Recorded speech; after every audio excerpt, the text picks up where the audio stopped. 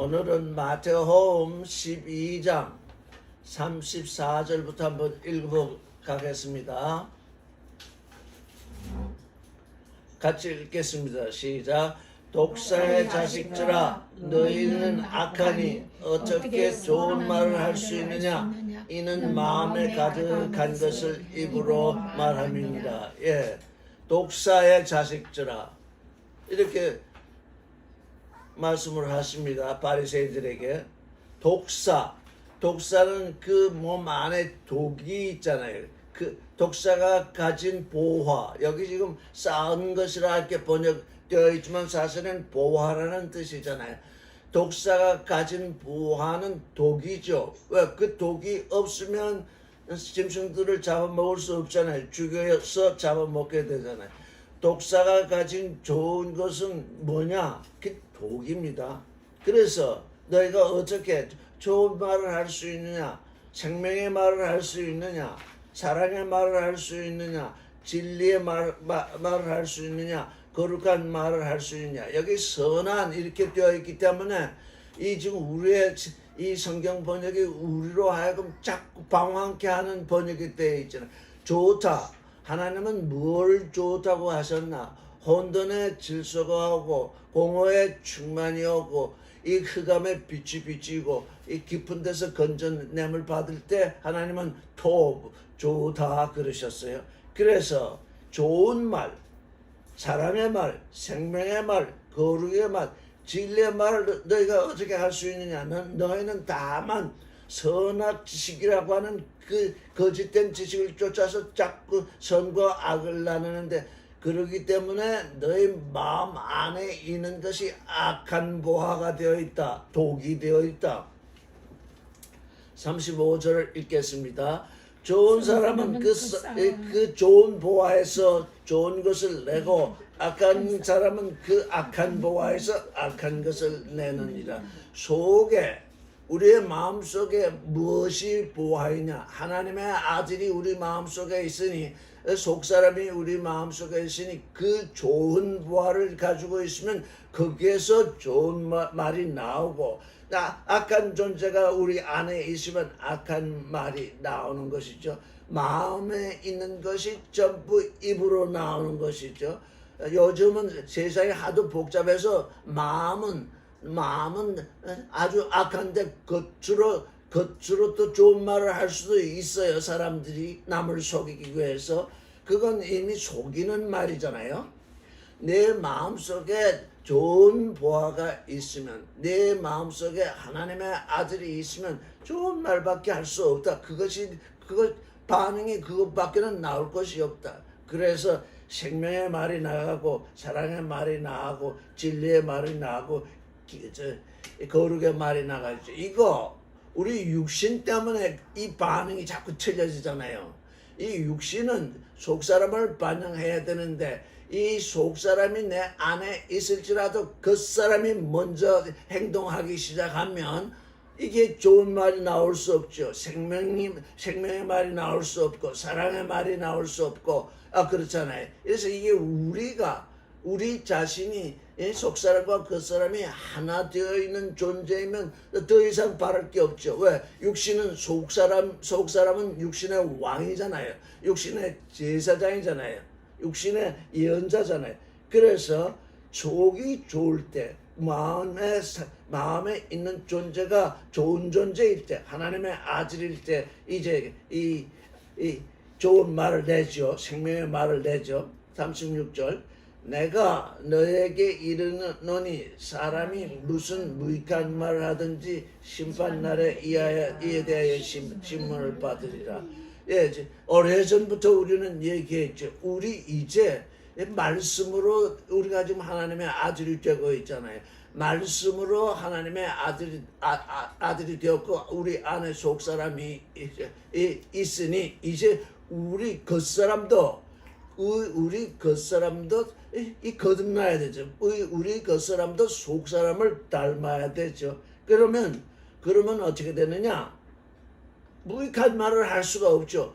속과 겉이 하나님의 아들과 육신으로 온 겉사람이 일체가 되면 이제 이제 하나님의 말씀을 따라서 살게 되니까 우리의 겉사람조차 좋은 존재가 되었으니까 이 다른 말을 할 수가 없어요. 그런데 어떻게 된다면 그렇지 않으니까 나는 거듭났습니다. 나는 하나님의 아들입니다. 다 그러면서도 아주 무익한 말들을 하잖아요. 그게 특별히 농담 가운데서 나오잖아요. 사람들이 귀가 가려워서 무슨 말을 재미있는 말을 자꾸 하고 싶고 듣고 싶어 하는데 그 농담의 대부분은 뭐냐 무익한 말이에요. 전부 사람을 뭐 거룩한 것을 속되게 만드는 말들이 농담으로 나오거든요.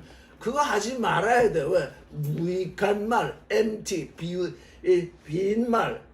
네가 그 말을 해서 무엇을 이루려고 하느냐? 예수는 그렇게 지금 말씀하시는 거잖아요. 무익한 말을 해서 사람을 자꾸 이 무익한 것으로 돌려보내려고 하느냐? 무익한 말, empty한 말, 그런 말을 하든지 심판날에 대해 신문을 받는다. 그 심판날이 마지막 심판날 날일 수도 있지만 우리가 지금 매일 심판을 당하고 있습니다. 왜? 심판을 당하지 아니하면 무익한 말을 자주 하게 되냐. 그래서 이제 이 말을 듣게 되면 우리는 이제 내 입에서 무익한 말이 나왔을 때 내가 나를 심판되게 하는 거잖아요. 왜? 아이고 내 입에서 무익한 아무 소용없는 말을 했구나. 이런 말을 하는 것은 하나님의 아들의 입에서 나오는 말이 아닌데 내가 했구나. 그게 내가 나를 심판하잖아요. 내가 나를 심판할 때 이제 내 입에서 나오는 말들이 무익한 말들이 자꾸 줄어들게 되겠죠. 왜? 내가 깨달아야 되잖아요. 내가 내 입으로 무슨 말을 했는데 그게 지금 오늘날 무슨 문제가 있냐. 그게 무익한 말이었는지 유익한 말이었는지 그것조차 지금 분간을 못하는 시대가 됐잖아요. 내 입에서 나간 말이 사람들의 귀를 즐겁게 하긴 했는데 그게 무익한 것이었냐. 그게 그를 하나님의 아들이 되게 하는 좋은 말이었느냐 하는 것을 우리가 알아야 되죠. 그래서 심판되는 날 내가 무익한 말을 한 것을 알게 되는 그날 그에 대해서 신문을 우리가 지금 받는 거죠. 37절 읽겠습니다. 시작. 내 말로 어렵다함을 받고 내 말로 정죄함을 받으리라. 내 말로 어렵다함을 받고 네 말로 정죄함을 받으리라. 왜? 우리의 이 말은 마음에서 나오는 것입니다. 우리의 마음속에 속사람이 있기 때문에 우리의 말은 곧 우리의 속사람의 뜻을 반영하는 거잖아요. 근데 이 말이 자꾸 빗나가게 되면 겉사람이 나를 지배하고 있잖아요. 속사람이 왕이요, 겉사람이 종인데 왕이 종이 되고 종이 왕이 되는 이 일이 자꾸 벌어지니까 어떻게 됩니까? 내 말이 무익한 말이 아니면 내 말이 너를 어렵게 하는 것이요. 내 말이 무익한 말이면 내 말이 너를 무익하다. 너를 정죄하고 있는 것이다. 그러니 이제 우리는 마음과 말, 사실 마음에 없는 말을 우리 이 인생들은 마음에 없는 말을 자주 해요. 왜?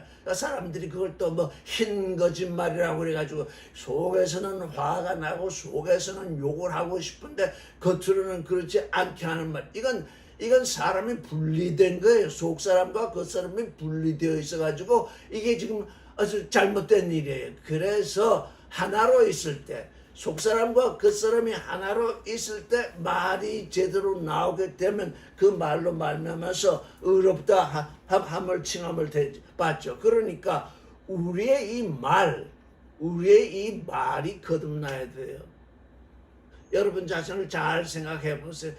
조금 난처한 일이 생기면 금방 입으로 변명하면서 그냥 지나쳐 버리죠. 그 순간은 지나쳐 버릴 수 있어요. 그 순간은 지나쳐 버릴 수 있는데 그 지나쳐 버리는 그 일이 나를 정죄하고 있는 일이에요.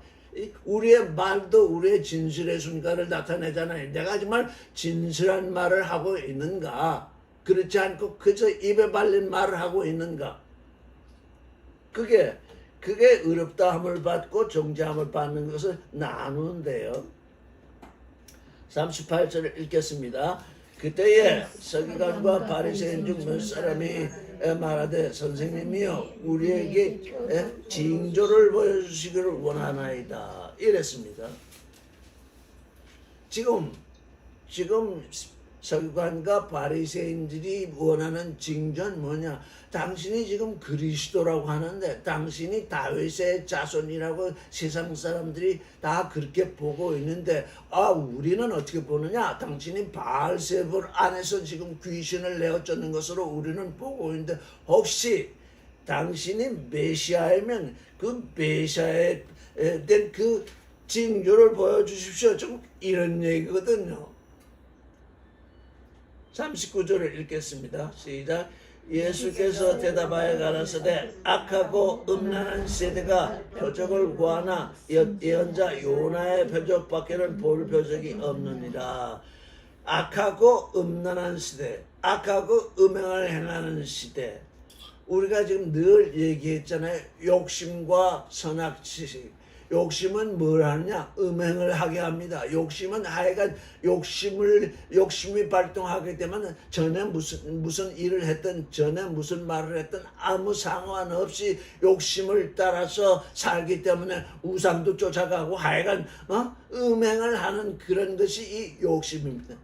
그 욕심으로 행한 그것을 선악 지식을 따라서 또 자기 정당화를 하니까 그게 또 악해집니다. 그래서 악하고 음란한 시대는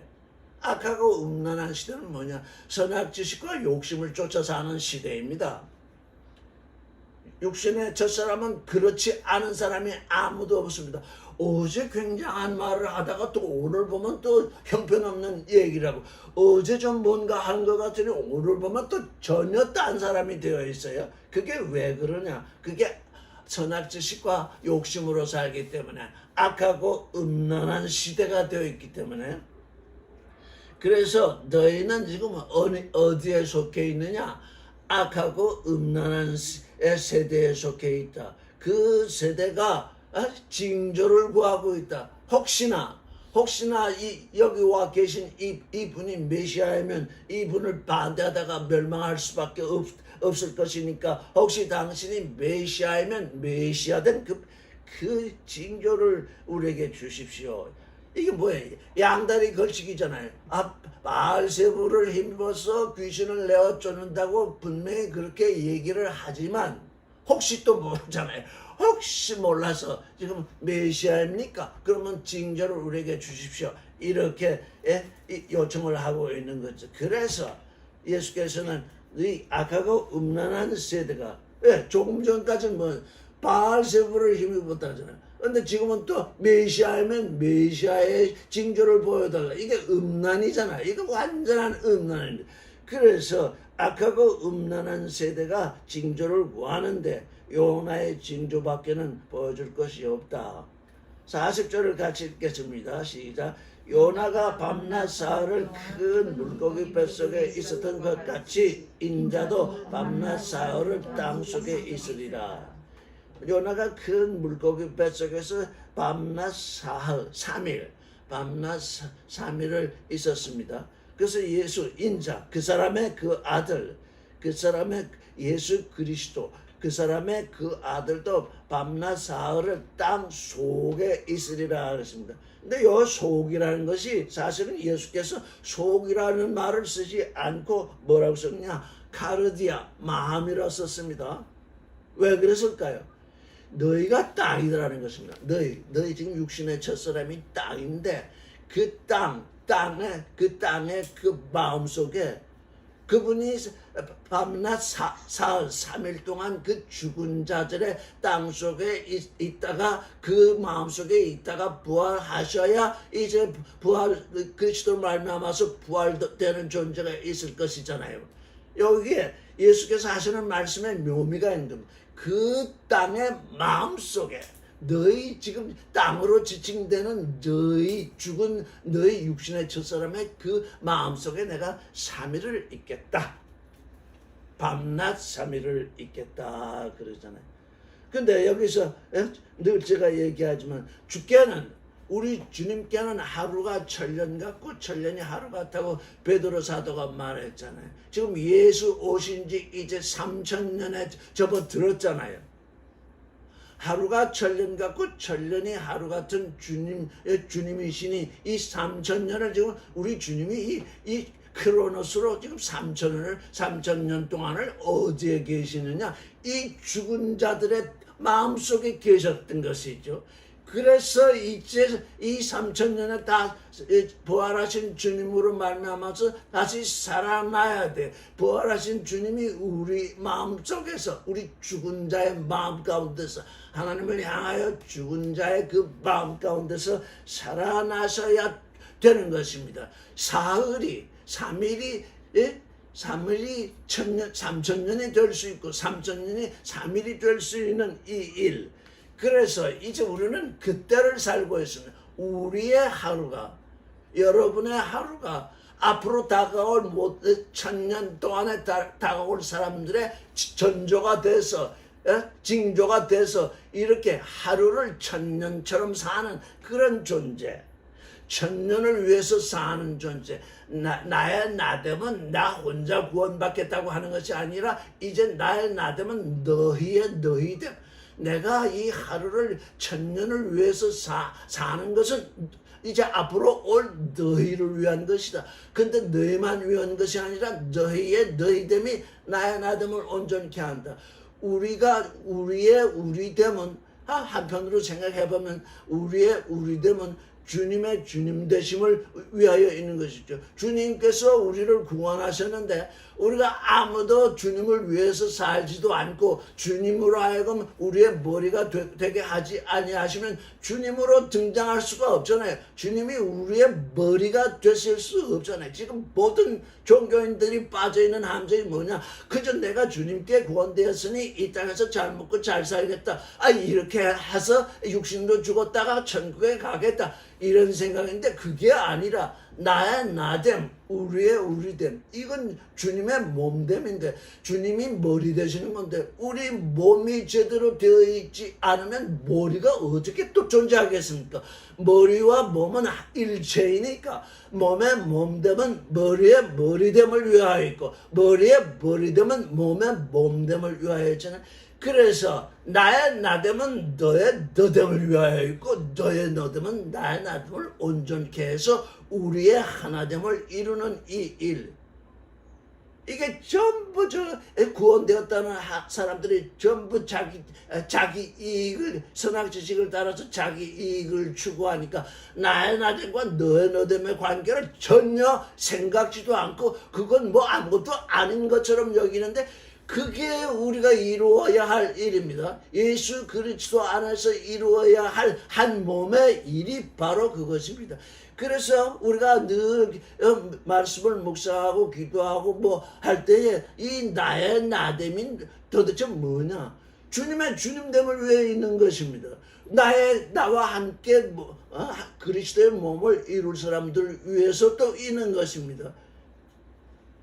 나만을 위해서 있는 것이 아니라는 것이에요. 그래서 우리의 생각의 범위를 넓혀야 돼요. 하나님의 생각을 따라서 하나님의 길을 걷는 것이 회개인데 하나님은 그렇게 말씀하시잖아요. 너희는 그리스도의 몸이 될 것이라. 근데 나는 이 땅에서 잘 먹고 잘 사다가 죽은 후에 살아나서 천국 가겠다. 그건 하나님의 생각과는 전혀 다른 믿음이잖아요. 그 믿음으로는 주님의 몸이 될 수가 없잖아요.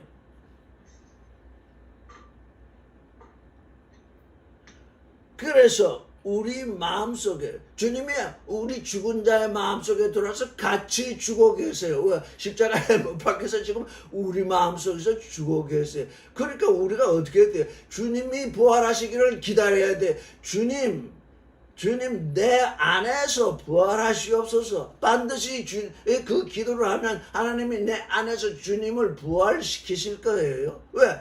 그 부활이 나의 나됨을 위하여 있잖아요. 우리를 위해서 주님이 십자가에 못 박혔다가 사흘 동안 무덤에 묻혔다가 살아나셨다. 그 2000년 전의 일이다. 이렇게 가지고는 안 돼요. 왜? 그건 주님이 존재적으로 내 안에 들어온 것이 아니잖아요.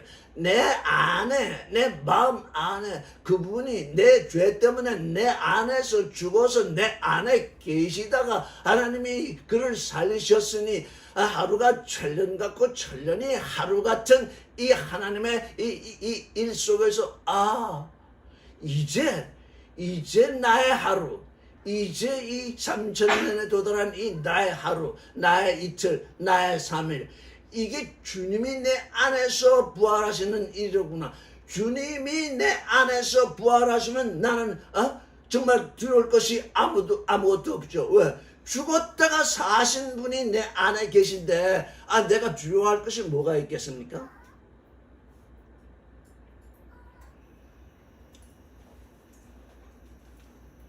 우리의 두려움은 어디서 생기느냐? 아직 부활하신 주님이 내 안에서 역동하지 않고 있다는 거지. 주님이 내 안에서 살아나셔서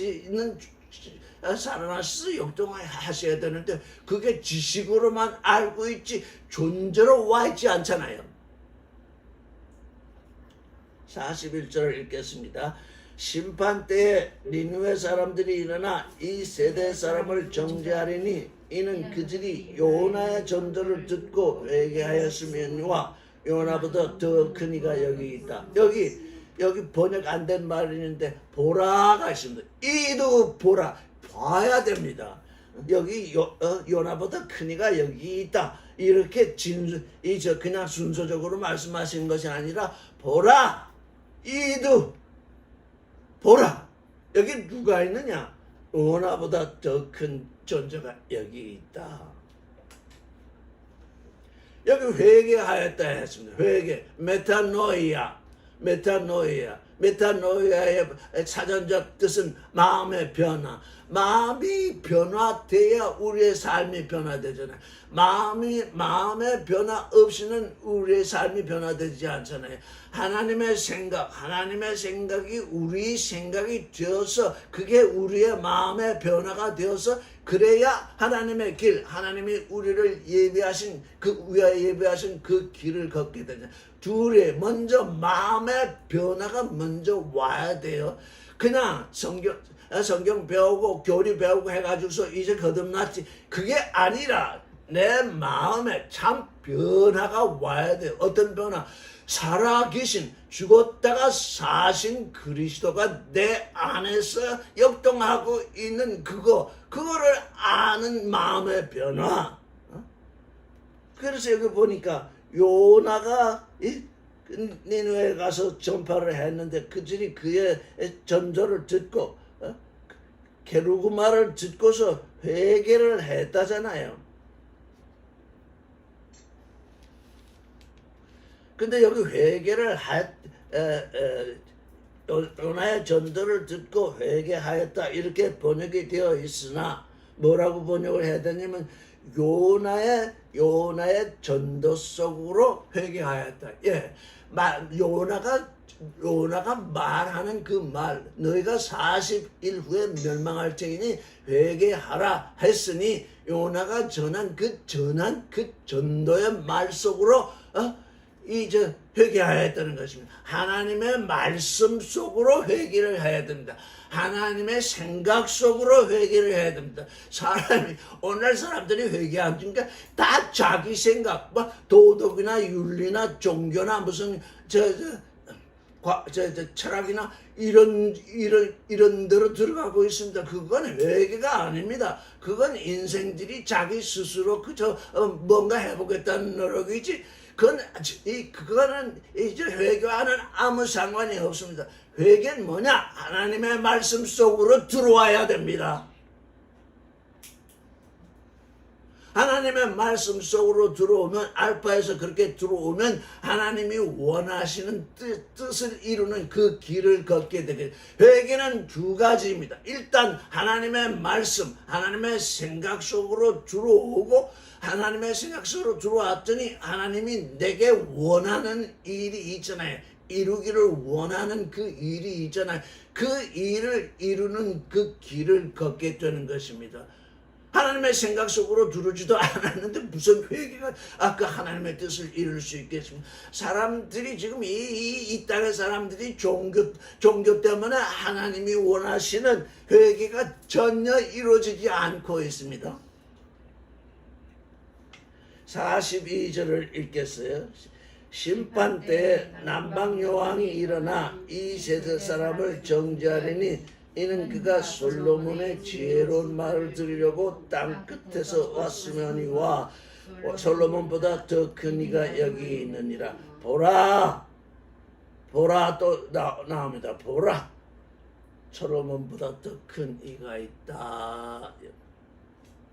사람들이 예수 믿고 누구처럼 되려고 합니까? 전부 솔로몬처럼 되려고 합니다. 솔로몬이 뭡니까? 나라도 얻었고 권세도 얻었고 영광도 얻었으니까 솔로몬처럼 되면 된다 해가지고 전부 솔로몬의 1000번째까지 지금 흉내내면서 그러는데 솔로몬이 아닙니다. 솔로몬보다 보라, 솔로몬보다 큰 이가 여기 있다. 사실 이 솔로몬은 요한계시록을 보면 666의 근원이 되고 있잖아요. 그가 받은 그 연금 1년에 받는 그것이 666 금달란트라고 그랬잖아요. 성경에 666으로 이렇게 징조된 존재. 이 땅에서 이게 얼마나 허망한 일입니까? 솔로몬이 하나님께 지혜도 받고 하나님의 보호하심을 받아가지고 그렇게 유명한 왕이 되고 그렇게 부자가 되었는데 그건 알파입니다. 그건 무슨 알파냐? 내게 순종하는 자, 영 안에서 내게 순종하는 자는 이런 풍성함을 이룬다고 하는 알파의 일인데 모두가 그 알파의 일에 눈이 현혹이 되어잖아요. 바울은 말하기를 진리의 사랑을 받지 아니하면 하나님이 유혹을 역사하게 하신다 그랬어요. 유혹을 역사하게 하셔서 뭘 하느냐? 거짓을 믿게 하신다 그랬어요. 창세기에 아담도 뭡니까? 진리의 사랑, 이 내가 중앙에 있는 이 선악을 알게 하는 나무의 실과는 먹지 말라. 먹는 날에는 정령 죽으리라. 이 말씀이 하나님의 사랑이 거기에 담겨 있는 것이죠. 내가 그 실과를 먹으면 너는 내게 대해서 죽는다. 아담으로 하여금 살게 하시려고 하는 사랑의 말씀이잖아요. 그 말씀 진리 안에 있는 사랑을 받지 아니하면 어떻게 되느냐? 하나님이 유혹을 역사케 하신대요. 그게 마귀를 보내든 사탄을 보내든 또 누구를 보내든 유혹을 역사하게 해서 거짓을 믿게 해서 심판되게 하신대요. 진리의 사랑, 이 성경 말씀이 지금 하나님의 말씀 곧 진리를 말하고 있는데 이 진리에서 사랑을 찾지 아니하면 이 진리에서 사랑을 찾지 않으면 계시도 드러나지 않으라고 아무것도 드러나지 않죠. 아버지께서 내게 모든 것을 주셨는데 앞에서 살펴봤죠. 아버지께서 내게 모든 것을 주셨으니 이제 아버지 외에는 아들을 아는 자가 없다. 그리고 아들과 아들이 원하는 자, 아들이 계시하기를 원하는 자 외에는 아버지를 아는 자가 없다. 우리가 성경을 천번 만번 읽어도 소용이 없습니다. 무엇이 없으면 사랑의 마음으로 성경을 읽지 아니하면 어떻게 된다는 거예요? 진리의 사랑을 받지 아니하면 그 글에서 무엇이 된다는 거예요? 거짓을 믿게 된다는 것입니다. 오늘날 거짓을 믿는 종교인들이 얼마나 많습니까? 왜? 그 말씀에 있는 사랑, 그 사랑을 받지 아니하고 자꾸 다른 것을 찾으니까 하나님이 유혹을 역사하셔서 거짓을 믿게 하신대요. 아무리 성경 구절을 달달달달 외워도 그 외우는 그것이 거짓이라는 것입니다. 왜? 내 안에 그 예수 그리스도의 계시가 드러나지 않기 때문입니다. 그러니 사랑하는 마음, 그리스도가 나를 사랑하셨으니 나도 그리스도를 사랑한다. 나도 하나님을 사랑한다. 그 진리의 말씀 속에서 사랑을 발견해야 돼. 사랑을 발견해서 사랑을 품고 이제 있으면 이게 하나님이 어떤 분인지 하나님 요즘 새로 나온 번역 성경 중에는 우리 언어를 따라서 하느님이라고 번역하잖아요. 그 하느님은 하나님이 아닙니다. 야훼가 아닙니다. 개념의 변화가 생긴 것입니다. 하나님은 우리를 이 만물을 창조하시고 사람을 그의 형상으로 창조하신 분이지 저 하늘 위에 앉아있는 하느님이 아닙니다. 도무지 성경을 읽을 줄 모르는 사람들이니까 전부 성경 번역이 그렇게 엉터리로 되어가고 있습니다. 나는 나다. 나는 너와 함께 있는 나다. 나는 너와 함께 있어야 된다. 그래서 나는 나다. 이렇게 하나님은 자신을 지금 계시하고 있어요. 나인 하나님. 하나님이 나라고 하시네. 나도 나인데 그러면 그 하나님이 야훼이신 하나님의 나와 나는 어떤 관계인가? 그 하나님의 모양을 담게 해서 하나 될 존재이네. 이렇게 하나님의 나와 나의 나가 만나는 그 길이 십자가의 도요. 그 길이 하나님의 모양이거든요. 솔로몬보다 더 큰 이가 여기 있다. 보라는 겁니다. 보라. 솔로몬의 지혜로 말을 이렇게 번역이 되어 있지만 솔로몬의 지혜에 대해서 듣고자 했습니다. 말을 듣고자 하는 것이 아니라 솔로몬의 지혜를 듣고 싶어 했던 것입니다. 말이야 얼마든지 다른 말을 할 수 있잖아요. 그래서 다른 말을 하는 존재가 되지 않기 위해서 우리는 하나님의 말씀 속으로 들어오는 것입니다. 하나님의 말씀으로 말미암아서 우리 자신을 이루게 되는 것입니다. 43절 읽겠습니다. 시작. 더러운 귀신이 사람에게서 나갔을 때 물 없는 곳으로 다니며 쉬기를 구하되 얻지 못하고 그랬습니다. 여기 더러운 귀신이라고 번역이 되어 있는데 왜 더러운 귀신이라고 번역했는지 알 수 없습니다. 왜냐하면 아까 다뤘던 pneuma 더러운 영, 아버지 하나님으로부터 오는 영은 거룩한 영이잖아요. 근데 여기 예수께서는 더러운 영을 말씀하셨습니다. 더러운 귀신이 아니라 지금 이 성경을 읽으면서 귀신과 영 또는 더러운 영 여기에 자꾸 봉착하게 되잖아요. 그래서 저는 그때마다 제가 지금 당신 앞에서 지금 이 더러운 귀신 또는 귀신과 영 이것을 분간케 하시옵소서. 근데 어디 있나요?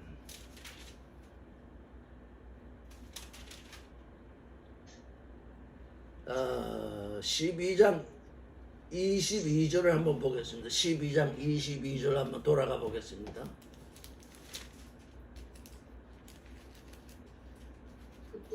그때 같이 읽겠습니다. 그때 귀신 들려 눈 멀고 벙어리 된 자를 데리고 왔거늘 예수께서 고쳐주심에 그 벙어리가 말하며 보게 된지라. 여기는 틀림없이 귀신입니다.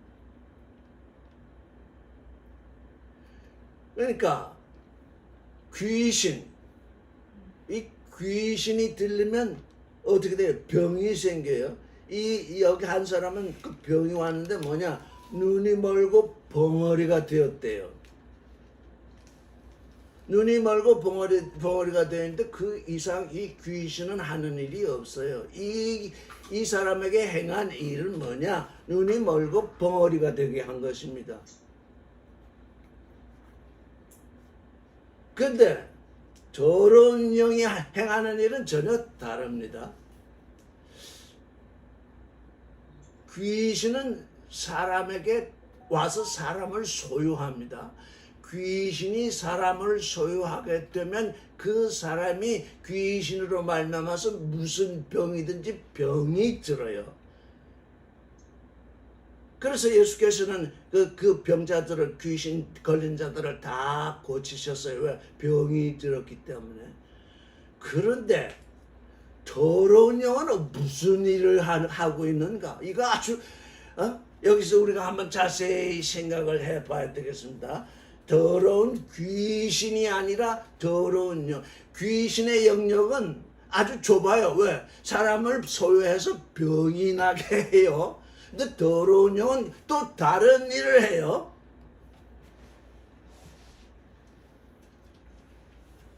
근데 영이 나가서 어떻게 됐다고요? 물이 없는 곳으로 다니며 쉬기를 구했대요.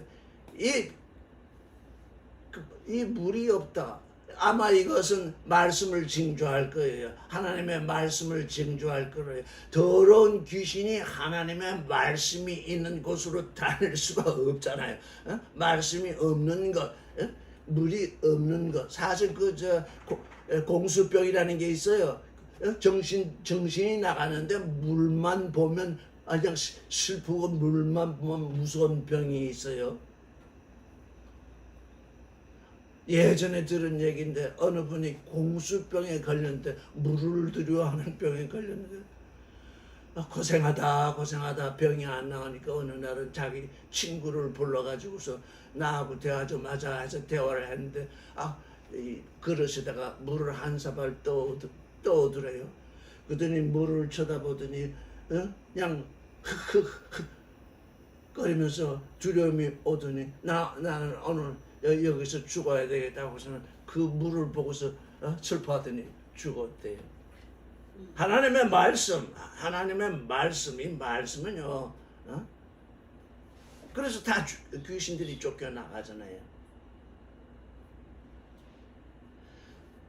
물 없는 곳으로 다니면서 쉴 곳을 아나파우시스 안식을 구했대요. 나도 좀 쉬어야 되겠다. 그랬더니 44절에 뭐가 돼 있어요? 이에 가로되 내가 나온 집으로 돌아가리라 하고 와보니 그 집이 비고 소재되고 수리되었다. 더러운 귀신이 누구에게서 나갔냐면 사람에게서 나갔어요. 그러니까 더러운 귀신은 사람을 자기 집으로 삼은 거예요. 여러분, 우리에게 이제 성령을 주신다 그러는데 우리가 성령은 우리를 지배하지 않아요. 이게 참 성령은 진리의 영이시기 때문에 우리를 진리 가운데로 인도하시는데 우리가 진리 가운데로 인도할 때 진리를 따라가야지. 억지로 성령이 우리를 지배해서 이게 진리니까 이 길이다 하면서 귀신처럼 나를 지배하지 않으신다 그 말이에요. 우리는 하나님 앞에서는 하나님은 우리를 어떻게 하시냐? 아주 자유로운 존재. 진리가 내 앞에 있으면 진리를 따르는 존재. 성령이 오셔서 우리에게 진리를 가르쳐 주시면 진리를 따라가야지. 우리의 의지로 진리를 따라가야지. 성령이 나를 마음대로 이끌어가지 않으신다 그 말이에요. 그렇다면 이 더러운 영도 어떻게 되어 있느냐? 자기 집에서 나왔어요. 그 사람에게서 나왔어요. 나왔어. 근데 나왔는데 다시 돌아가 보니 어떻게 됐냐? 그 집이 비고 소재되고 수리되었다.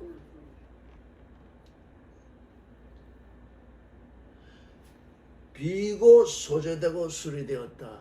빈 것은 뭡니까? 귀신이 더러운 영이 나갔으니까 그 집이 비었잖아요. 아무도 지금 그 집을 점령하거나 그 집에서 지금 살고 있지 않잖아요.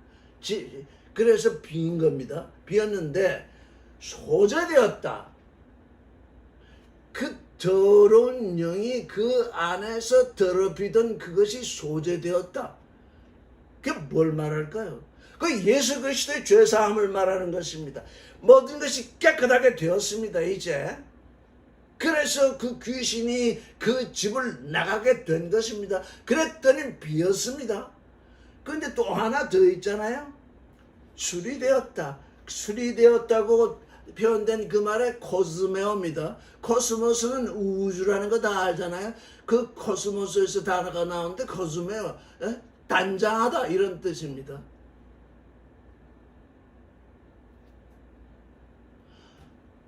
저는 이 말씀을 읽다가 종교인들이 이러하구나. 처음에 예수 그리스도의 죄사함을 믿으니까 소재가 됩니다.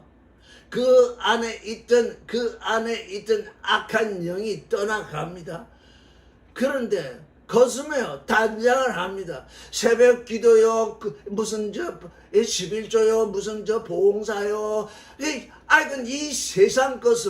이 세상 것으로 자기를 단장합니다. 왜? 단장하지 않고서는 내가 하나님 앞에 왔다는 증거가 드러나지 않으니까 종교인들은 다 뭘 하고 있는 겁니까? 지금 자기 단장을 하고 있습니다.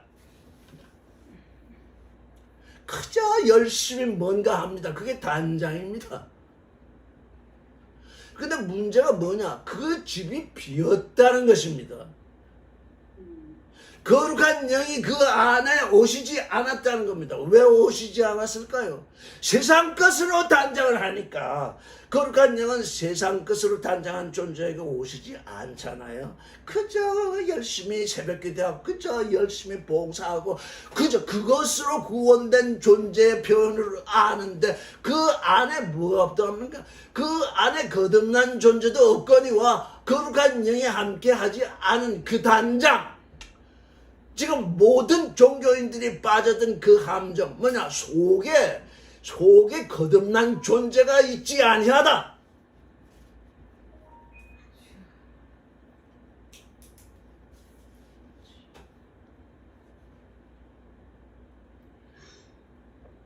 그래서 빈 것도 좋잖아요. 비어야 내 안에 더러운 영을 내보내야 거룩한 영이 오실 수 있으니 비운 것도 좋고 소재된 것도 좋은데 그 안에 새로운 존재가 들어오지 아니하고 무엇부터 했냐? 집을 수리를 했는데, 집을 단장을 하긴 했는데 안에 아무것도 없으니까 더 밖을 더 열심히 지금 포장을 한다 그 말이죠. 안에 무엇이 있어야 되는데, 안에 거룩한 것이 있어야 되는데 그건 없고 밖으로 내가 거룩한 존재를 믿고 있다 하면서 자꾸 밖을 단장하고 내 속을 들여다 봐야 되는데 자기 속이 비어 있는데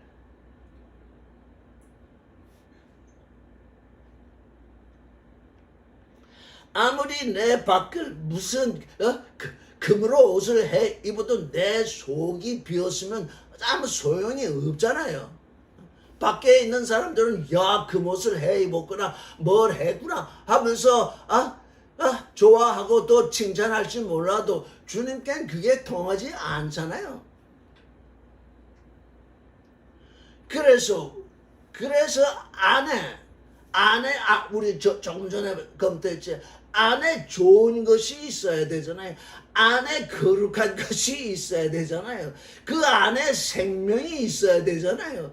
그 안에 사랑이 있어야 되잖아요. 그래야 그게 밖으로 드러나는데 그건 없이 밖으로 자꾸 표현을 하니까 뭐예요?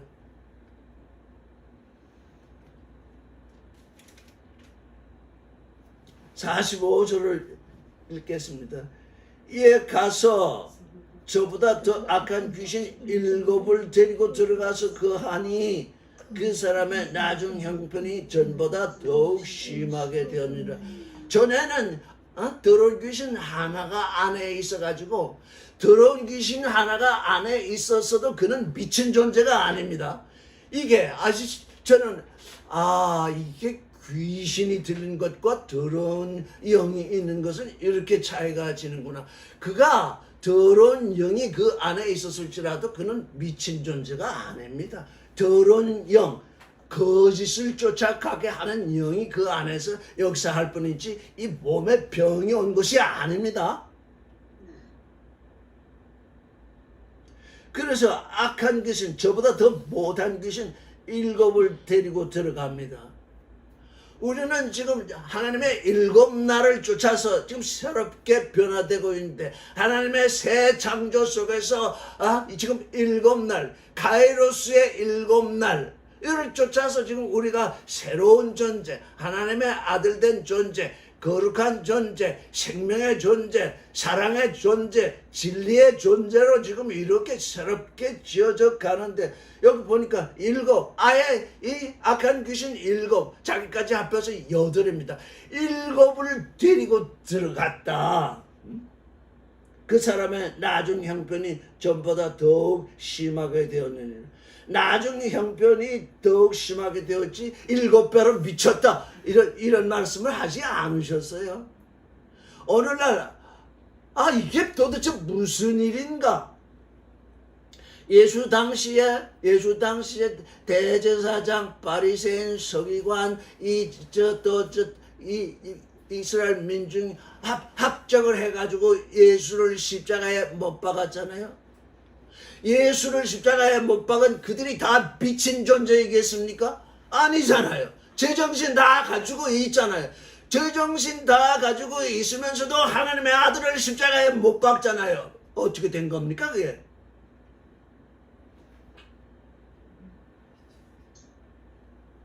이렇게 또 말씀이 쓰였어요. 이 악한 세대가 또한 이렇게 되리라. 그렇구나. 그 한 사람 한 사람들은 미친 존재가 아닌데 그 세대가 미쳤다 이게.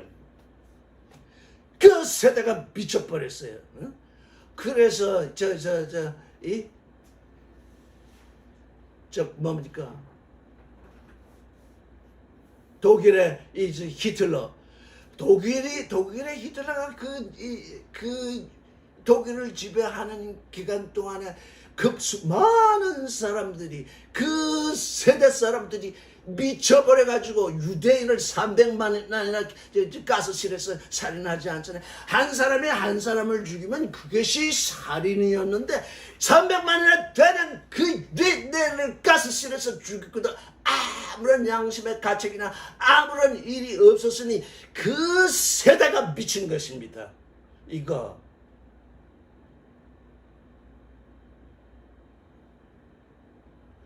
그러니 우리가 미친 시대에 살고 있는 것은 아닌가.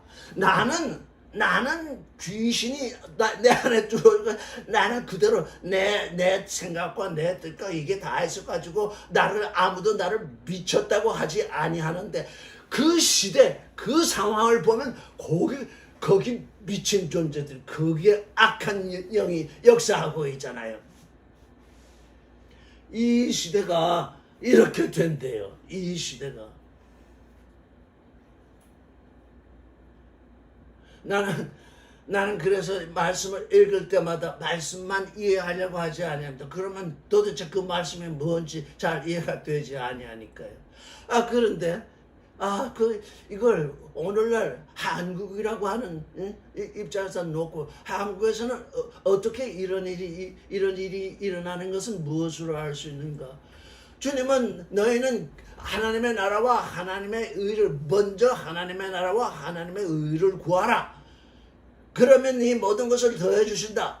이렇게 말씀하셨는데 그게 거꾸로 돼가지고서 모든 사람들이 그냥 신문에 대문짝만하게 광고를 내면서 나라와 민족을 위해서 기도한다. 그래 놓고는 거기에 제일 앞에 나오는 것이 성령 충만 그러잖아요. 그래서 그게 도대체 성령 충만이라는 게 뭔가? 그랬더니 여러분 많은 운동장에도 가보고 이런 데 경기하는데 가보셔서 알겠지만 요즘은 사람들이 모일 수 없어서 그런 것을 못 느끼겠죠. 많은 사람들이 함께 웅성거리면서 응원하면서 막 이렇게 하게 되면 들뜨잖아요. 자기 만족 다 들떠서 있는 게 뭐냐? 자기 만족 때문에 거기 가잖아요. 근데 자기만 만족하는 것이 아니라 여러 사람이 한꺼번에 고함을 지르며 만족하니까 거기에 뭔가 새로운 게 나온 것처럼 흥분하잖아요. 그걸 성령 충만이라고 하니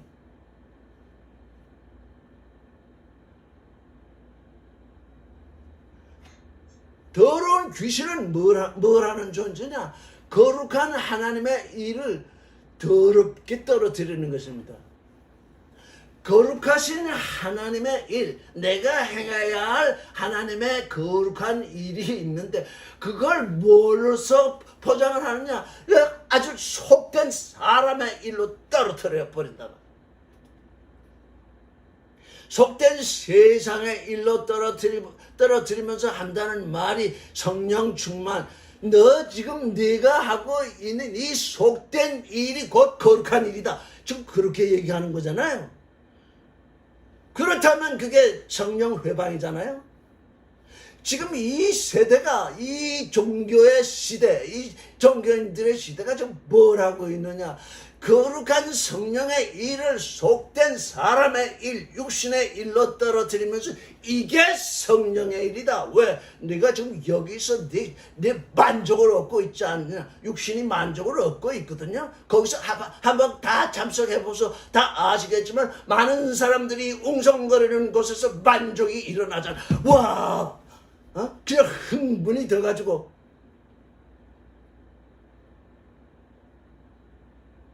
그런데 이 세대가 그렇게 되리라. 이게 예수께서 있던 그 당시 그 시대의 일이겠습니까?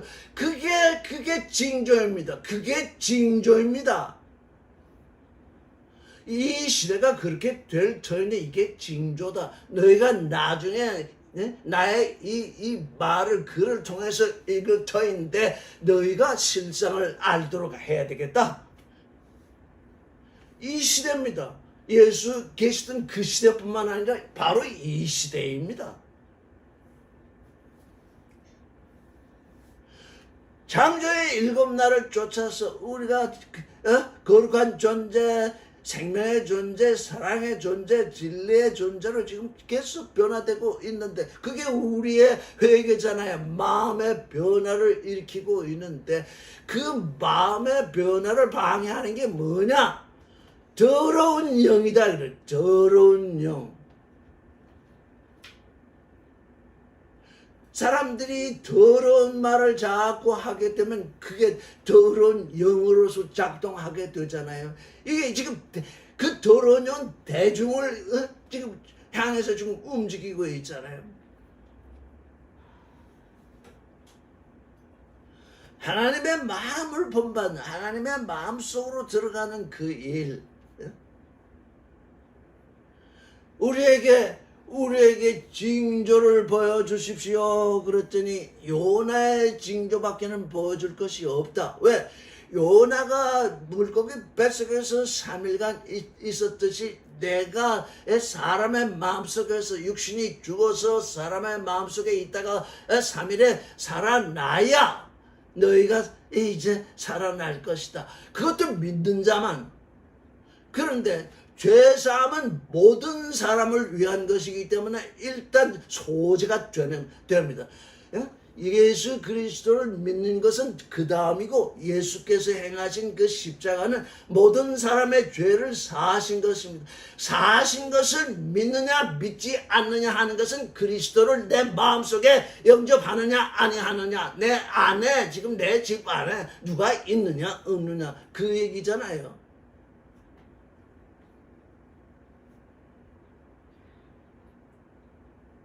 46절을 읽겠습니다. 시작.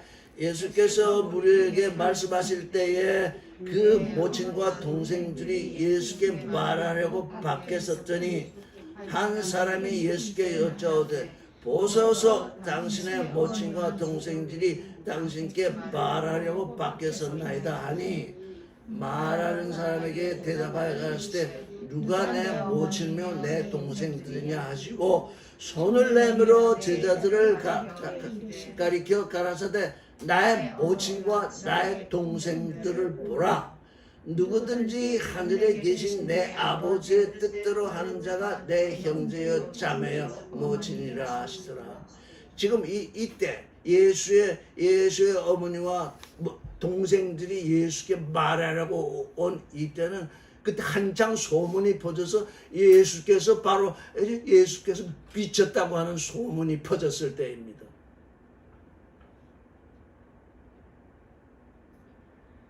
사람들은 이렇게 하나님의 아들에 대해서 미쳤다고 소문을 퍼칠 수 있습니다. 왜? 그들의 삶과 하나님의 아들의 삶이 그렇게 다르니까요. 그거 두려워하면 예수 제대로 믿을 수 없습니다. 사람들이 나를 미쳤다고 하면 나는 어떡하지?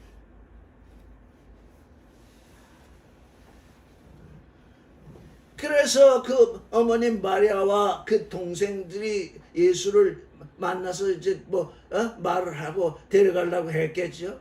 누가 내 모친이며 내 동생들이냐? 나의 모친과 나의 동생을 보라. 누구든지 하늘에 계신 내 아버지의 뜻대로. 이거 왜 이렇게 우리의 성경이 이렇게 번역이 되었는지. 하늘에 계신 것이 아니라 하늘들. 항상 주님은 하늘들을 말씀하세요. 우리 각자의 마음이 하나님이 와 계신 하늘들이 되어야 하고 하늘들이기 때문에 하늘들에 계신 그 아버지의 그 뜻을 여기 우리 보혜오 늘 검토했었잖아요. 아버지의 뜻대로 이게 도대체 말이 안 됩니다. 아버지의 뜻을 하면 그나마 이해가 되는데 아버지의 뜻을 보혜오 아버지의 뜻을 열매 맺는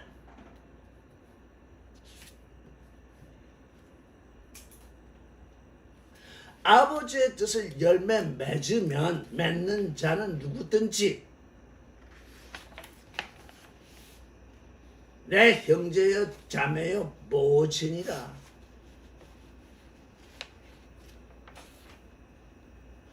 말씀이 육신이 되어 오셨기 때문에 예수께서는 지금 말씀이 육신이 되신 그 하나만을 자신으로 여기지 않았잖아요.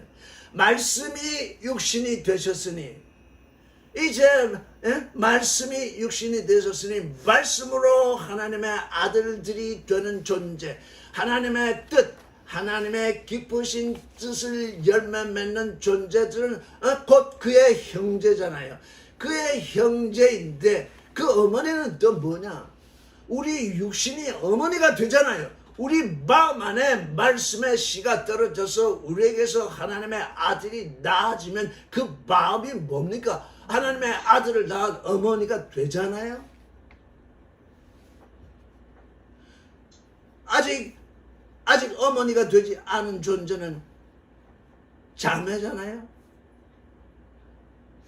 육과 영이 하나 된 존재들은 형제들이잖아요. 그래서 그 하늘들에 계신 아버지의 그 뜻을 열매 맺는 자, 그것 때문에 예수께서 오시지 않았어요? 그런데 하늘들에 계신 아버지의 뜻, 그걸 알아야 하잖아요. 먼저 하늘들에 계신 아버지의 뜻이 뭔지 모르고 종교인이 돼가지고 여기저기 몰려다니면서 이 사람 이렇게 하라고 그러고 저 사람 저렇게 하라고 그러고 그러면 거기 따라다니고 그렇게 해서야 어떻게 아버지의 뜻을 열매 맺겠습니까?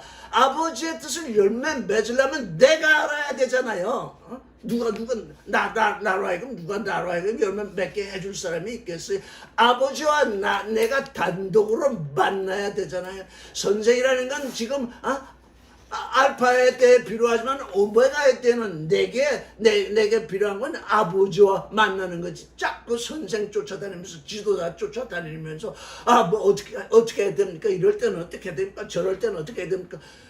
그건 우리가 너무 모를 때 육신으로 살 때 하나님의 말씀을 들어본 적이 없어서 그때는 어떻게 말씀을 전하는 자의 소식을 듣는데 이제 말씀을 전하는 자가 그 길을 열어줘야 되더니 아버지의 뜻을 열매 맺는 존재가 예수 그리스도의 형제요 자매요 어머니다.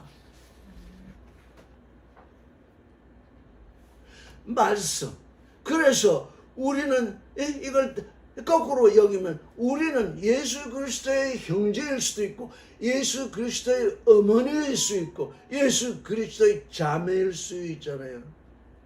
이게 지금 이게 이 육신으로 존재하고 있는 육신의 후손들을 초월하는 초월의 가족, 초월의 하나님의 가족을 말하잖아요. 내가 육신에 딱 갇혀 있으면 여기 하나님의 뜻을 이루는 이 존재들이 내 형제여 자매여 모친이다. 이거 이해할 수도 없고 알 수도 없잖아요. 그건 뭐냐?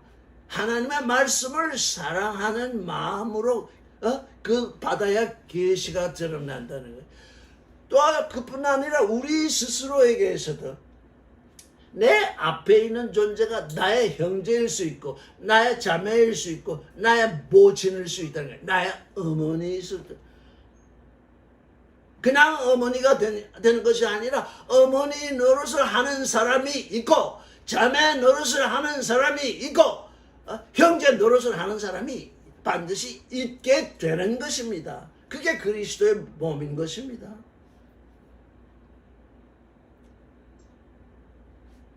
이게 우리 인간의 이 육신의 인간의 생각을 초월하는 거잖아요. 그래서 예수께서 공생을 시작하실 때 가나에서 지금 물로 포도주를 만드셨는데 그 전에 그 마리아가 육신의 어머니의 자격으로서 아들에게 포도주가 없다 이렇게 말하잖아요. 그때 여자여 이렇게 반응하잖아. 나와 무슨 상관? 왜 여자입니까? 이제 이 공생에 들어오신 것, 맞으면 영과 진리의 존재로서 하나님의 아들이 되게 하는 이 일에 들어선 예수께는 마리아도 여자인 것입니다. 당신이 말씀을 받아서 그 말씀 안에 아들을 낳아서 형제가 될 수도 있고 자매가 될 수도 있고 어머니가 될 수도 있는데 지금 내게 이 포도주 없다고 하는 당신은 내 육신의 어머니이기는 하지만 이 영 안에서 진리 안에서 볼 때는 여자다. 이 거룩한 그 진리의 말씀. 그래서 처녀같이 순결한 믿음 속에 지금 하나님의 말씀이 뿌려져서 아기를 낳게 되면 어머니잖아요. 육과 영이 하나 되면 형제잖아요. 그와 함께 이는 아직 하나님의 아들을 낳지 못한 존재들은 자매잖아요. 그러니 그런 영과 진리의 속에서 하시는 말씀을 우리가 알지 못하면 자꾸 육신으로 떨어뜨리잖아요. 육신이라는 건 뭡니까? 속되다는 얘기잖아요. 자꾸 거룩하신 하나님의 일을 더러운 영의 일로 우리 육신이 그렇게 일을 하잖아요. 거룩한 영의 일을 더러운 영의 일로 전환시키는 게 이 육신을 가진 종교인들의 일이잖아요. 이 육신의 일을 초월하라. 진리는 초월이다. 이제 영은 육을 초월한다.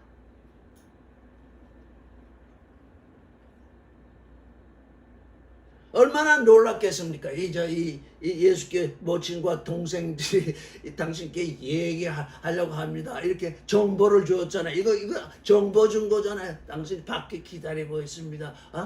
좀 말씀 좀 줄이시고 좀 식구들 좀 만나세요.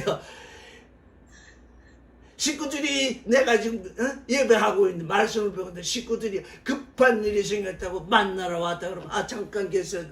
말씀을 나중에 듣겠습니다 하고 다 나갈 거 아니겠어요. 보라, 나의 동생들을 보라. 이게 우리 육신을 가진 존재들이 가진 그 뭐라고 할까요? 장벽이랄까요? 아니면 구렁이라고 할까요? 이게 항상 육신이 나를 지배하고 있어가지고 좀 영과 생명, 영과 진리를 쫓아서 살라고 하다가 보면 위기에 닥치면 싹 육으로 돌아가는 이 나의 그 어리석음과 나의 그 부족함, 나의 존재적 이 문제 이게 항상 내 안에서 심판되고 있으면 이제 이 말씀을 내가 한두 번 들은 것도 아니고 어느 순간이 왔는데 그 진실의 순간이 왔는데 그리스도의 말씀 내 형제와 자매와 어머니를 보라 하시는 그 말씀이 생각나면 그리스도 하나님의 뜻을 열매 맺는 그 삶으로 들어가겠죠.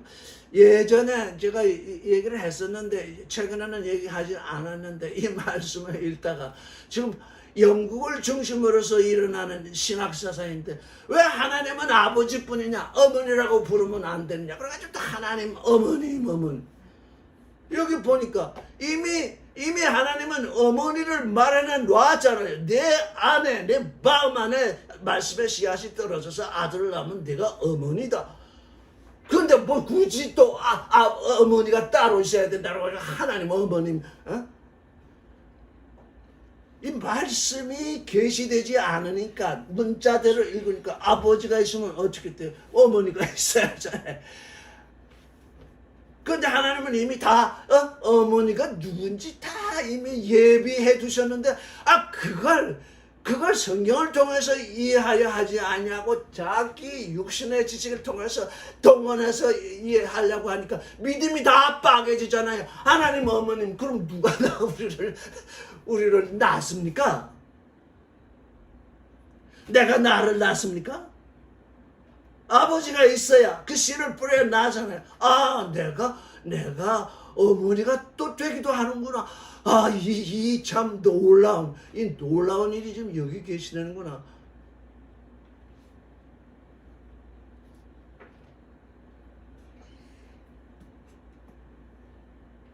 벌써 시간이 다 됐네. 그래서 어떻게 해야 되느냐? 말씀대로 되어지이다.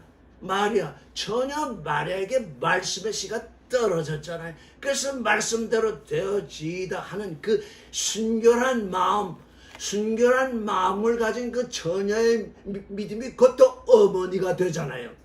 우리는 이제 이 말씀을 통해서 우리 스스로가 이제 우리가 가만히 이렇게 생각하면 누구에게 내가 어머니 노릇을 해야 되겠다 할 때가 있고 누구에게 내가 정말 가까운 형제 노릇을 해야 되겠다 할 때도 있고 누구에게 내가 가까운 자매 노릇을 해야 되겠다 하는 생각이 떠오르면 그렇게 하세요.